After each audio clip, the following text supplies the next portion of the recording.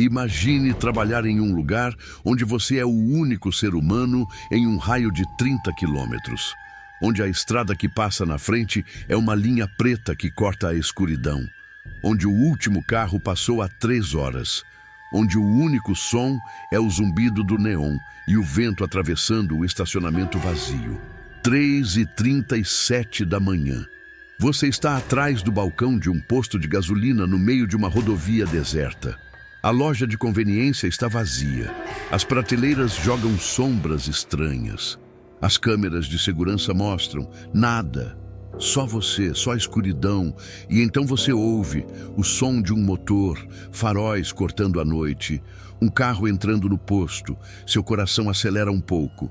Não de medo, ainda não, mas de alívio. Finalmente, movimento. Finalmente, alguém. Você se levanta. Vai até a porta, espera o cliente sair do carro e quando ele sai, você percebe que algo está errado, muito errado. A forma como ele se move, a forma como ele olha para você, a pergunta que ele faz, o jeito que ele sorri. Você trabalha neste posto há meses. Já viu centenas de clientes estranhos, caminhoneiros cansados, viajantes perdidos, gente bêbada, gente drogada, gente normal passando pela pior noite da vida. Mas e esse cliente? É diferente. E você sente, lá no fundo, aquele instinto primordial gritando, perigo! Mas o que você faz? Você está sozinho. A polícia está a 40 quilômetros. Você não pode trancar a porta, é contra as regras. Você não pode se recusar a atender, é seu trabalho. Então você atende, você abastece o carro, você sorri, você cobra, você torce para que ele vá embora logo. Mas às vezes, eles não vão embora. Às vezes, eles ficam parados no estacionamento, olhando para você através do vidro, esperando. As 4 histórias que você vai ouvir hoje são reais. Foram relatadas por frentistas que trabalham em postos de rodovia durante a madrugada. Pessoas que passam 6, 8, às vezes 12 horas sozinhas em um pedaço de luz no meio da escuridão absoluta. E todas elas aprenderam. Os clientes mais perigosos não são os que chegam gritando ou ameaçando. São os que chegam sorridentes, educados, normais. Até que você percebe que eles não são. Esta é a história número 1. Marcos tem 34 anos. Trabalha como frentista há 6 anos em um posto da BR-040, entre Brasília e Belo Horizonte. É um trecho longo, com poucos postos. O dele fica bem no meio do nada. 60 quilômetros da cidade mais próxima em qualquer direção. Marcus pega o turno da meia-noite às 6 da manhã, o pior turno, o mais solitário, mas paga 40% a mais. E com 2 filhos pequenos, ele precisa do dinheiro. A rotina é sempre a mesma. Chega às 23h45. Faz a transição com o frentista da noite. Fica sozinho a partir da meia-noite. Entre meia-noite e 6 horas, passam uns 15, talvez 20 carros. A maioria caminhões, alguns carros de madrugada, sempre correndo, sempre com pressa de atravessar aquele trecho deserto. Ninguém fica, ninguém demora, abastece e vai embora. Até aquela quinta-feira de outubro de 2024. Era 1h17 da manhã quando o Gol branco entrou no posto. Marcos estava dentro da loja de conveniência, organizando as prateleiras. Ouviu o motor, saiu. Um homem saiu do carro, talvez uns 40 anos, magro, alto, boné, jaqueta escura, nada de estranho. Completa o tanque, ele disse. Voz normal, tom normal. Marcos abasteceu. O homem ficou do lado de fora do carro, fumando, observando a estrada. Não olhou para Marcos nenhuma vez. R$ 187, Marcos disse quando terminou. O homem pagou em dinheiro. Entrou no carro. Saiu. Marcos voltou para a loja. Continuou organizando. Mais 40 minutos até o próximo carro, provavelmente. Mas 15 minutos depois, a 1h50, o mesmo Gol branco entrou de novo no posto. Marcos franziu a testa. Achou estranho. O cara tinha acabado de abastecer. O mesmo homem saiu do carro. Mesma roupa, mesmo boné, mesma jaqueta. Completa de novo, ele disse, sem explicação, sem esqueci algo, sem preciso de mais gasolina. Apenas completa de novo. Marcos hesitou. Senhor, o senhor não acabou de abastecer? Completa de novo. Marcos abasteceu. O comportamento era estranho, mas o cliente sempre tem razão, né? Talvez o tanque tivesse um vazamento. Talvez o marcador estivesse quebrado. O homem pagou. Entrou no carro. Saiu. Marcos voltou para dentro. Mas agora estava inquieto. Aquilo não fazia sentido. Por que voltar 15 minutos depois para abastecer de novo? Ele checou as câmeras de segurança. Tentou ver a placa do carro. Mas o ângulo estava ruim. Só via o carro entrando e saindo. Às 2h31, o Gol branco voltou pela terceira vez. Marcos sentiu o estômago apertar. Isso não era normal. Definitivamente não era normal. O mesmo homem saiu. Mesma roupa. Mesma postura. Mas agora ele estava sorrindo. Um sorriso pequeno. Estranho. Completa o tanque, ele disse. Como se fosse a primeira vez. Como se não tivesse estado ali 40 minutos atrás. Senhor, o senhor já voltou aqui 2 vezes. Tem algo errado com o carro? O homem parou de sorrir. Olhou para Marcos, direto nos olhos, e disse com uma voz completamente monótona: completa o tanque. Marcos sentiu um arrepio. Havia algo errado com aquele cara. Muito errado. Mas o que ele podia fazer? Recusar? Dizer que não ia atender? Ele abasteceu, as mãos tremendo levemente. O homem ficou ali do lado, em silêncio. Não fumou dessa vez, só ficou parado, observando Marcos trabalhar. Quando terminou, Marcos disse: R$184. O homem pagou, exatamente, em dinheiro, notas velhas, amassadas. Entrou no carro. Mas antes de sair, ele abaixou o vidro e disse para Marcos: eu volto. E saiu. Marcos ficou parado no estacionamento vendo o Gol desaparecer na escuridão. Eu volto. Não era uma pergunta, não era uma possibilidade. Era uma afirmação. Uma promessa. Marcos entrou na loja, trancou a porta, ligou para o gerente. Tem um cara estranho aqui, já voltou 3 vezes para abastecer. Tá me deixando com medo. Você trancou a porta? Sim.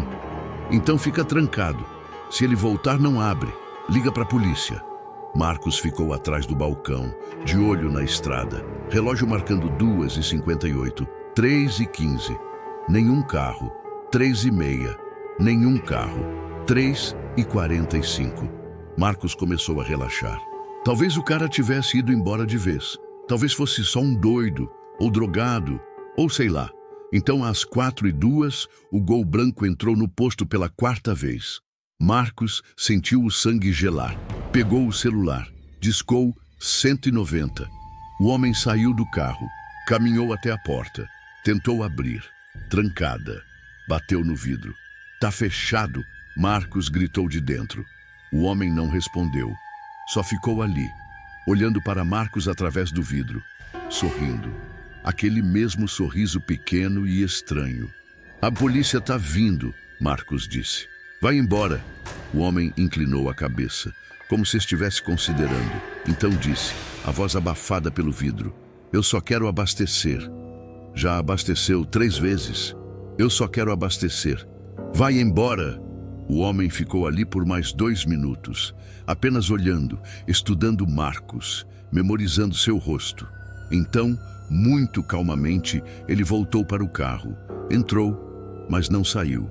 Ficou ali, estacionado, motor desligado, só sentado, esperando. A polícia chegou 23 minutos depois. Quando a viatura entrou no posto, o Gol branco ligou o motor e saiu. Devagar, sem pressa. A polícia tentou seguir, mas o carro acelerou. Sumiu na escuridão da rodovia. Verificaram as câmeras. A placa estava coberta com fita isolante. Impossível identificar. Marcos deu o depoimento. Descreveu o homem, descreveu o carro. mas sem placa, sem nome, sem nada. Não havia muito o que fazer. Ele voltou 4 vezes. Por quê? Marcos perguntou ao policial. O policial olhou para ele com uma expressão séria. Ele não estava abastecendo. Ele estava testando você, vendo como você reagiria, estudando sua rotina, vendo se você ficava sozinho. Testando para quê? O policial não respondeu, mas Marcos entendeu. Testando para decidir se Marcos seria uma vítima fácil. Marcos pediu para trocar de turno no dia seguinte. Foi para o turno da tarde. Nunca mais trabalhou de madrugada. Mas 3 semanas depois, outro frentista de outro posto na mesma rodovia, 80 quilômetros adiante, relatou uma experiência semelhante. Um Gol branco, um homem que voltou 4 vezes, sempre abastecendo, sempre sorrindo, sempre perguntando: "Você trabalha sozinho aqui?" O último frentista que ele visitou desapareceu. Nunca foi encontrado. O posto ficou fechado por 1 mês. Quando reabriu, ninguém queria pegar o turno da madrugada. Marcos ainda trabalha no mesmo posto, turno da tarde agora. Mas às vezes, quando está saindo às 18 horas e o frentista da noite está chegando, Marcos dá um aviso. Se um Gol branco entrar e o cara pedir para abastecer mais de uma vez, tranca a porta e chama a polícia. Não espera para ver o que ele quer. Cláudia tem 29 anos. Trabalha como frentista há 4 anos em um posto na BR-116, no interior do Rio Grande do Sul, região de serra, neblina constante, frio, estrada perigosa. O posto dela fica em um trecho especialmente isolado, mata dos 2 lados, curvas perigosas, muitos acidentes. Tem até uma cruz na beira da estrada, uns 200 metros antes do posto. Homenagem a um casal que morreu ali em 2019. Cláudia trabalha das 22 às 6 da manhã. Ela gosta da solidão, gosta do silêncio, usa o tempo para estudar, está fazendo faculdade de administração online. Entre um carro e outro ela estuda, faz provas, escreve trabalhos. Em uma noite de junho de 2024, estava chovendo forte, daquelas chuvas de serra, pesada, fria. O tipo de chuva que faz a visibilidade cair para quase 0. Eram 2h40 da manhã, nenhum carro a mais de 1 hora. Normal em noites de chuva forte.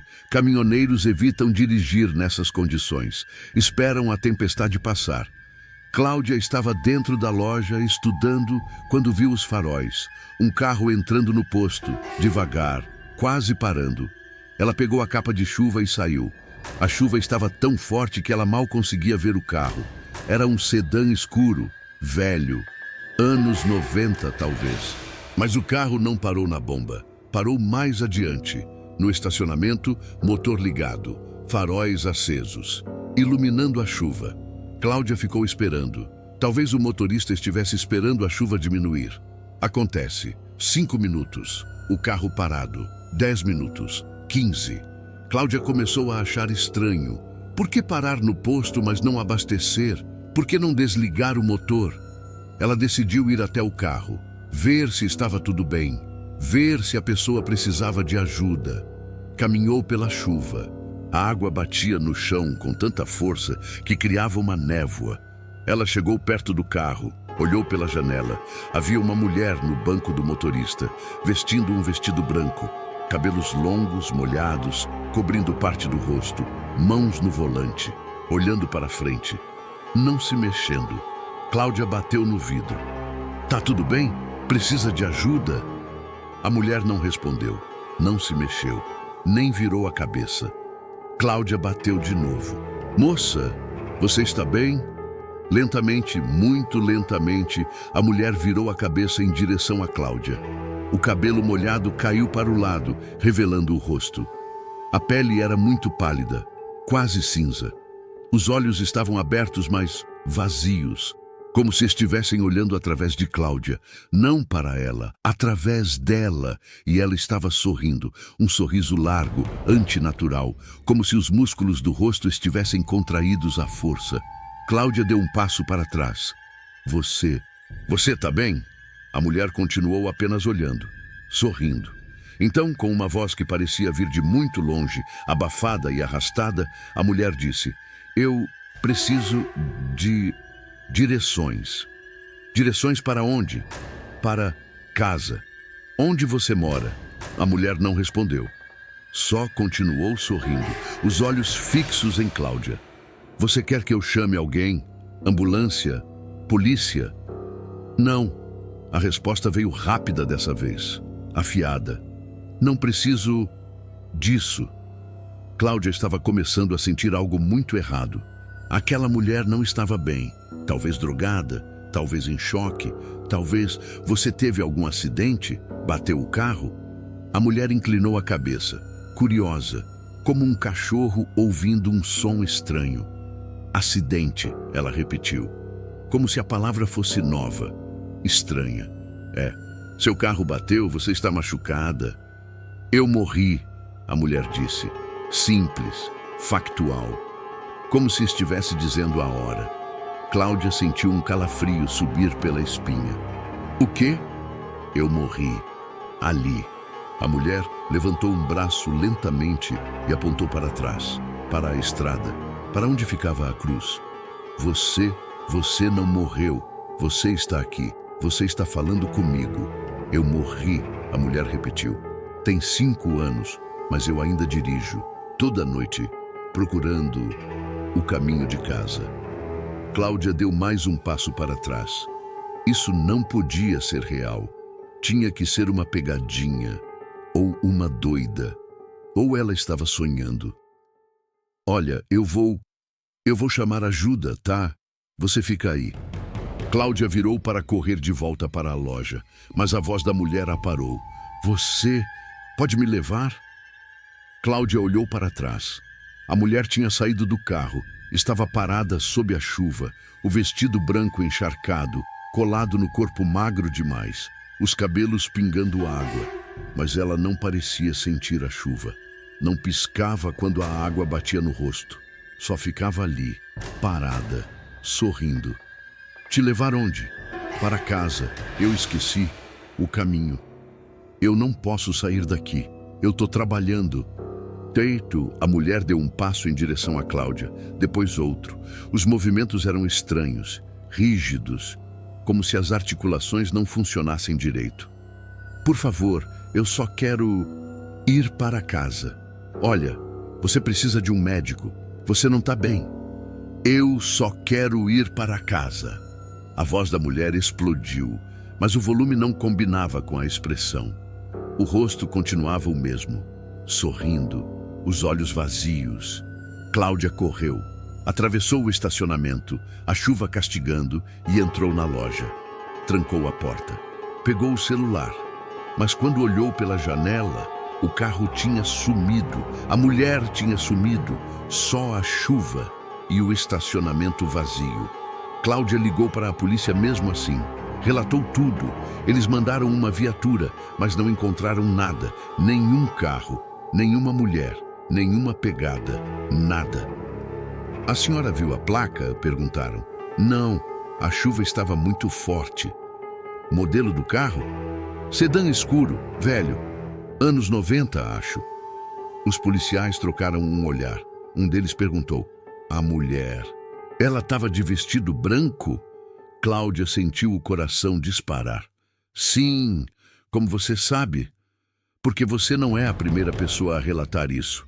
Tem pelo menos 4 relatos nos últimos 2 anos, sempre entre as 2 e 3 da manhã, sempre em noites de chuva, sempre uma mulher de vestido branco, pedindo direções, dizendo que morreu na estrada, querendo ir para casa. Quem ela é?" O policial hesitou.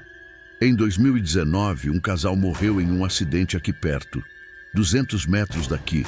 O carro saiu da pista na chuva, bateu numa árvore. Os 2 morreram na hora. A mulher, ela estava de vestido branco, voltando de um casamento." Cláudia sentiu o chão desaparecer. "Então, era ela? Um fantasma?" "Eu não sei o que era, senhora. Mas eu sei que você não é a primeira a ver, e provavelmente não será a última." Cláudia não trabalhou nos 3 dias seguintes. Pediu folga. Quando voltou, mudou de turno. Agora trabalha das 18 à meia-noite. Vai embora antes das horas perigosas. Mas e o novo frentista que pegou o turno dela? 2 semanas depois, relatou a mesma coisa. Chuva forte, 2h48 da manhã. Sedã escuro, mulher de branco, pedindo direções, dizendo que morreu, dizendo que só quer ir para casa. E toda vez que chove forte à noite, Cláudia fica em casa. Porque ela sabe, tem coisas na estrada que não estão vivas e algumas delas ainda estão procurando o caminho de volta. Rafael tem 26 anos. Trabalha como frentista e caixa em um posto na BR-101, litoral de Santa Catarina. É um posto pequeno, loja de conveniência modesta, 2 bombas, um banheiro. Rafael pega o turno completo da meia-noite às 8 da manhã, 8 horas sozinho. Ele se acostumou, traz o notebook, assiste séries, joga videogame. O tempo passa, o posto tem câmeras de segurança, 4 delas, uma na entrada, uma nas bombas, uma dentro da loja e uma no banheiro, área externa, não dentro. Todas conectadas a um monitor velho atrás do balcão. Rafael às vezes fica olhando as câmeras por puro tédio. Em uma noite de março de 2024, por volta das 4h15, Rafael estava assistindo um filme no notebook quando ouviu o motor. Um carro entrando no posto. Ele pausou o filme, foi até a porta. Um Corolla prata parou na bomba. Carro comum, nada de especial. Um homem saiu, uns 35 anos, terno, gravata. Como se estivesse voltando de algum evento formal, ou indo para um muito cedo. Bom dia. Completa aí, o homem disse. Educado, sorridente. Rafael abasteceu. O homem ficou do lado de fora mexendo no celular. Normal. Enquanto abastecia, Rafael deu uma olhada no espelho retrovisor do carro. Hábito dele. Às vezes dá para ver se tem algo estranho dentro do carro. Se tem arma, se tem outra pessoa escondida, paranoia de trabalhar sozinho à noite. Mas o reflexo no espelho estava errado. Rafael via o próprio reflexo, via a bomba, via o posto, mas não via o homem. Rafael franziu a testa. O homem estava ali, a menos de 1 metro dele, mas o reflexo no espelho retrovisor não mostrava ninguém. Rafael olhou de novo, direto. O homem estava ali, de terno, mexendo no celular, sólido, real. Olhou para o espelho, nada, só o posto vazio. Tudo certo aí? O homem perguntou, percebendo Rafael olhando fixamente. Sim, só checando o tanque. Rafael terminou. R$ 235. O homem pagou com cartão. Passou normal. Aprovado. Assinou. Pegou a via. Tudo normal. Valeu. Boa noite, o homem disse entrando no carro. Boa noite. O carro saiu. Rafael ficou parado por um momento. Aquilo tinha sido estranho, muito estranho. Mas talvez fosse só o ângulo, ou a luz, ou ele estava cansado demais e viu errado. Ele voltou para dentro da loja. Sentou no banquinho atrás do balcão. Olhou para o monitor das câmeras de segurança. Estava repassando as imagens dos últimos minutos. E foi aí que ele viu. A câmera da bomba mostrava Rafael abastecendo. Mostrava o Corolla prata. Mostrava tudo, mas não mostrava o homem. Na gravação, parecia que Rafael estava abastecendo um carro vazio. Ele estava lá, segurando a mangueira, falando sozinho. A porta do motorista do Corolla aberta, mas ninguém saindo. Rafael voltou à gravação. Assistiu de novo. O carro entra, a porta abre, mas ninguém sai. Rafael se aproxima, começa a abastecer. Vira de vez em quando como se estivesse conversando. Mas não há ninguém lá. O carro está vazio. Quando termina, Rafael vai até a janela do motorista, passa algo, o cartão, recebe algo de volta, mas suas mãos estão interagindo com ar. Não há ninguém no carro. A porta fecha sozinha. O carro sai. Rafael sentiu o sangue gelar. Ele tinha visto o homem. Tinha conversado com ele, tinha recebido o cartão dele, tinha devolvido. O homem era real, sólido, estava ali. Mas as câmeras não gravaram ninguém. Rafael checou a câmera de entrada. Mesma coisa. O carro entra, a porta abre. Ninguém sai. Ele checou a câmera de dentro da loja. Tinha uma que pegava a porta quando abria. Às vezes, Rafael via clientes entrando para comprar algo. Mas o homem não tinha entrado. Então Rafael teve uma ideia. Ele rebobinou para ver se alguma outra câmera tinha pego o homem. A câmera do banheiro. Rafael assistiu, e o que viu o fez querer vomitar. 2 minutos antes de chegar ao posto, a câmera mostrava o estacionamento vazio. E então, uma figura, saindo da escuridão, caminhando em direção à estrada. Mas a forma não estava certa. A sombra era longa demais. Os movimentos eram rígidos. A figura parou na beira da rodovia. Ficou ali, esperando. Então o Corolla apareceu, dirigindo pela estrada, normal. Quando o carro passou em frente àquela figura, o carro simplesmente parou, abruptamente, como se tivesse batido em algo invisível, e a câmera parou, 2 segundos de estática. Quando voltou, o Corolla estava entrando no posto, e a figura tinha sumido. Rafael entendeu, ou acho que entendeu. Aquela coisa não tinha saído do carro.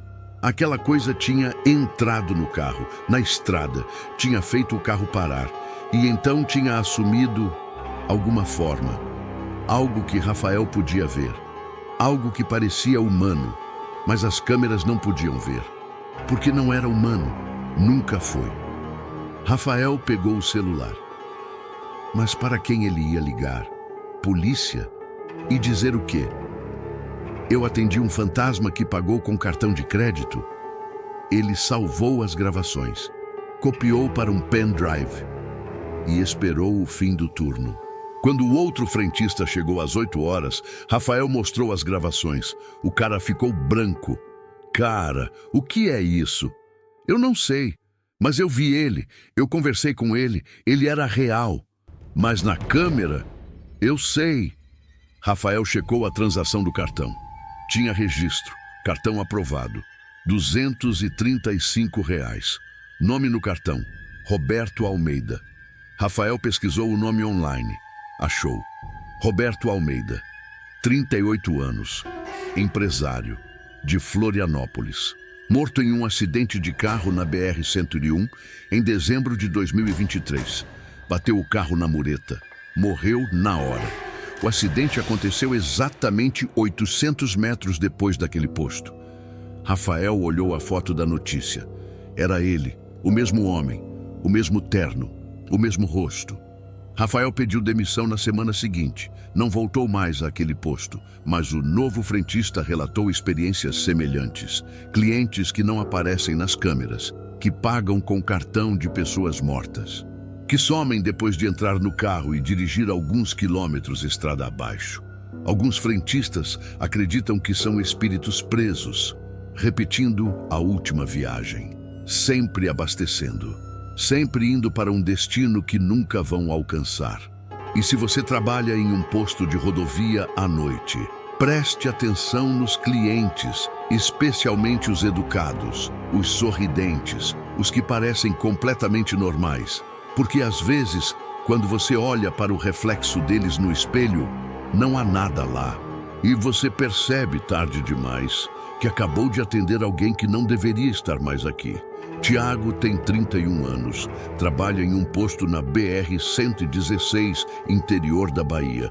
Trecho extremamente deserto, semiárido. Calor durante o dia, frio de noite. O posto dele fica no meio do nada. A cidade mais próxima está a 45 quilômetros. A próxima parada com posto de gasolina, 120 quilômetros adiante. Quem para ali à noite são caminhoneiros, sempre os mesmos. Tiago conhece a maioria de vista. Eles param, abastecem, compram café, trocam algumas palavras, seguem viagem. Tiago trabalha das 22 às 6 da manhã. 5 noites por semana. Há 3 anos. Ele se acostumou com a rotina. com o silêncio, com a solidão. Mas em uma noite de setembro de 2024, algo mudou. Algo que fez Tiago considerar seriamente nunca mais trabalhar de madrugada em um posto de estrada. Eram 3h22 da manhã. Nenhum carro há quase 2 horas. Tiago estava dentro da loja, limpando o balcão, quando viu os faróis. Mas não era um carro comum, era uma van, grande, branca, velha. Daquelas vans de transporte, vidros escuros, sem adesivos, sem identificação e sem placa. Tiago notou isso imediatamente quando a van parou na bomba. Onde deveria ter uma placa dianteira, havia apenas o suporte vazio. A traseira ele não conseguia ver dali, mas tinha certeza que também não tinha. A porta do motorista abriu. Um homem desceu, alto. Provavelmente uns 40 e poucos anos, roupa suja de graxa, boné sujo, barba por fazer há dias. Mas o que chamou a atenção de Tiago foram os olhos, pequenos, atentos, sempre vasculhando, olhando ao redor, checando os cantos, como um animal procurando predadores, ou como um predador procurando testemunhas. Completa o tanque, o homem disse, voz áspera, de quem fuma muito. Tiago foi até a bomba, começou a abastecer, mas enquanto fazia isso, não conseguia parar de olhar para a van. Os vidros eram escuros demais. Mesmo com a luz do posto, não dava para ver nada dentro, mas Tiago tinha a sensação de que havia alguém lá dentro. Mais alguém, ou mais de um alguém. Viagem longa? Tiago perguntou, tentando soar casual. O homem olhou para ele, direto. Por um segundo longo demais. Então, De onde vem? Norte. Indo para onde? Sul. Respostas curtas, evasivas. O homem não queria conversa. Ok, Tiago deixou para lá. Mas então ouviu algo, vindo da van. Um som abafado. Como um gemido ou um choro. Tiago parou de abastecer por um segundo. Ouviu de novo. Definitivamente havia alguém dentro da van. E quem quer que fosse estava fazendo barulho. Um barulho de aflição. O homem percebeu que Tiago tinha escutado. Seus olhos se estreitaram. Problema? Não. Achei que ouvi algo. É a transmissão. Tá fazendo barulho. Preciso levar no mecânico. Mas aquilo não era barulho de transmissão. Tiago sabia. Aquilo era um barulho humano. Tem mais alguém viajando com você? Tiago perguntou, tentando soar casual. O homem deu um passo em direção a Tiago. Por que você está perguntando tanto? Ah, desculpe, só fazendo conversa.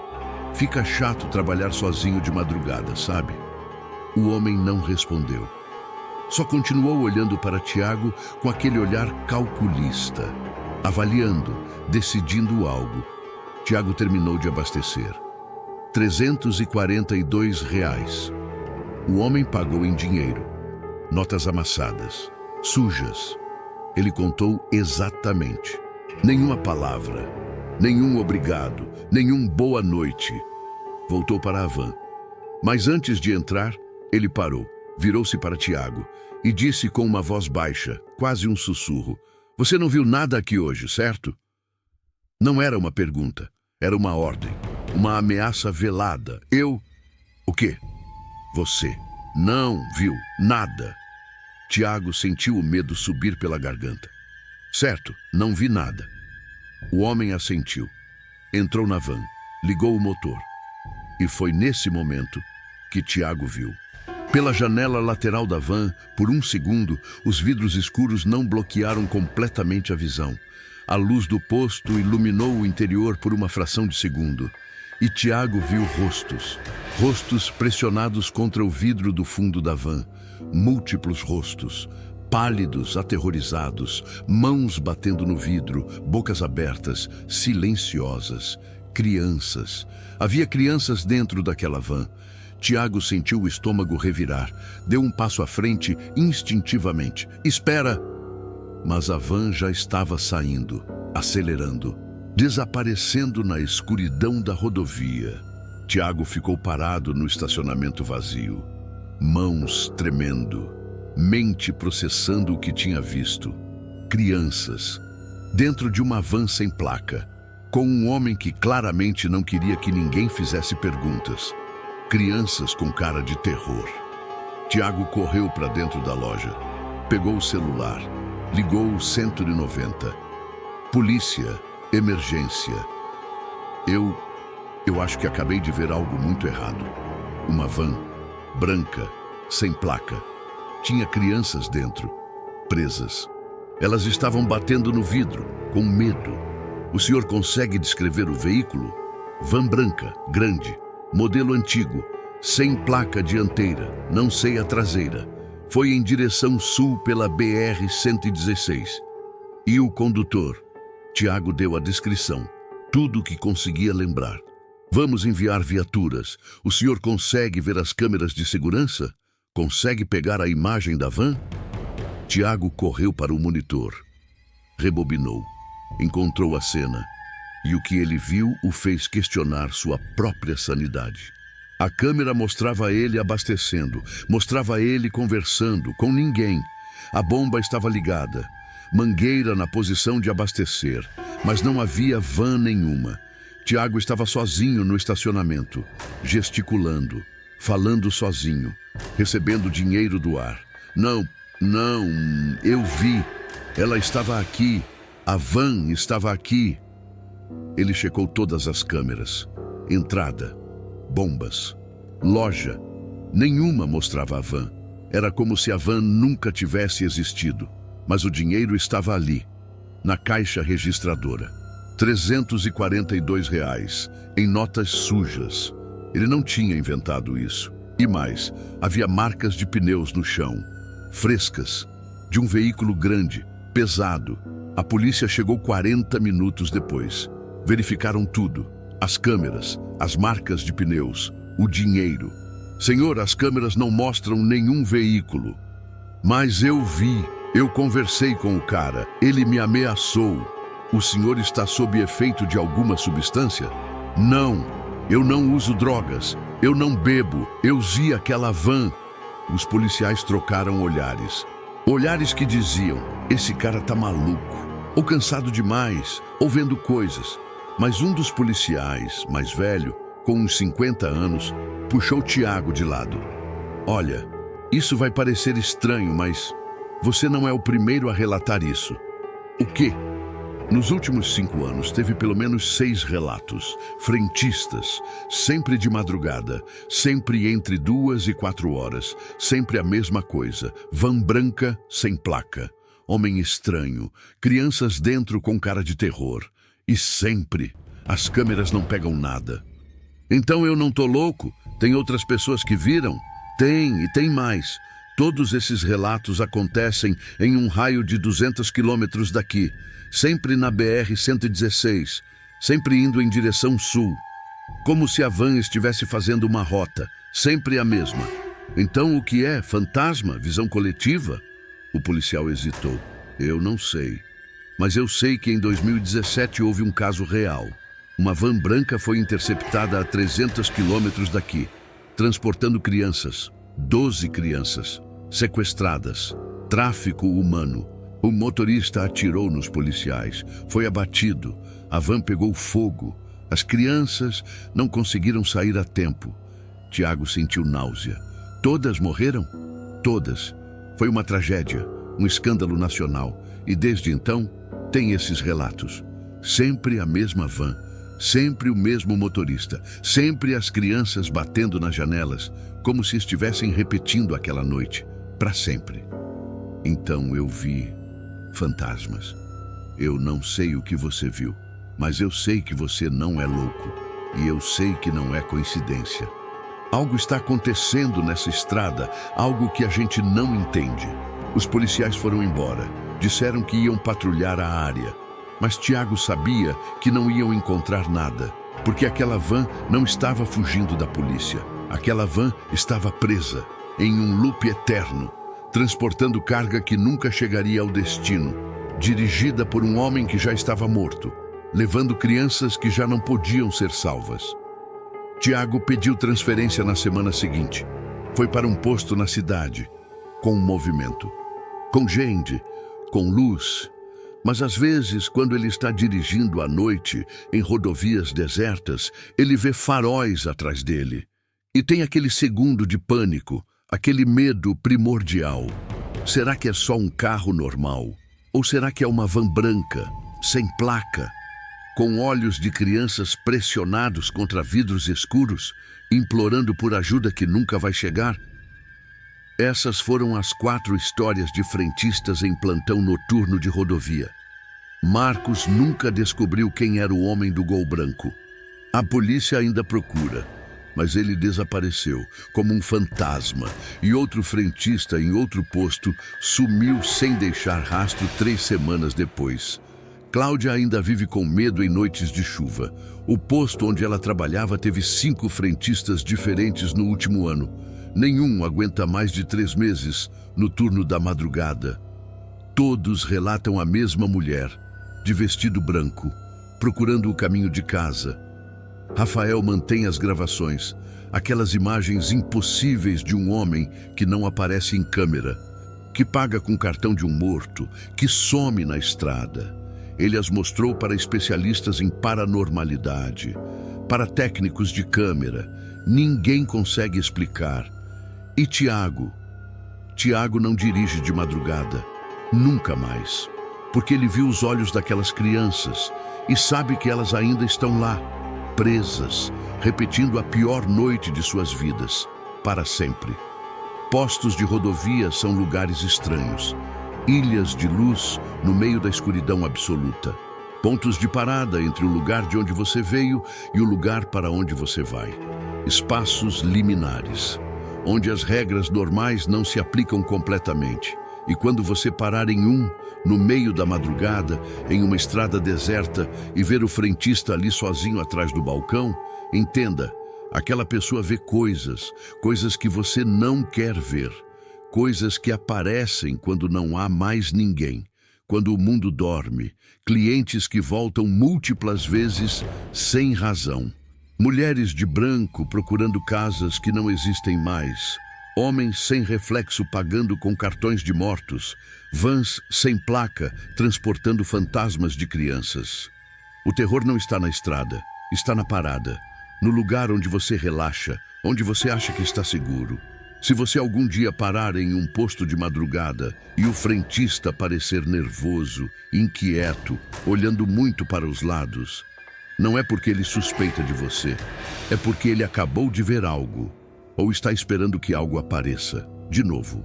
E se ele te atender rápido demais, se ele te cobrar e já estiver te empurrando para ir embora, se ele te disser dirige rápido ou não para no acostamento pelos próximos quilômetros, escute ele, porque sabe algo que você não sabe.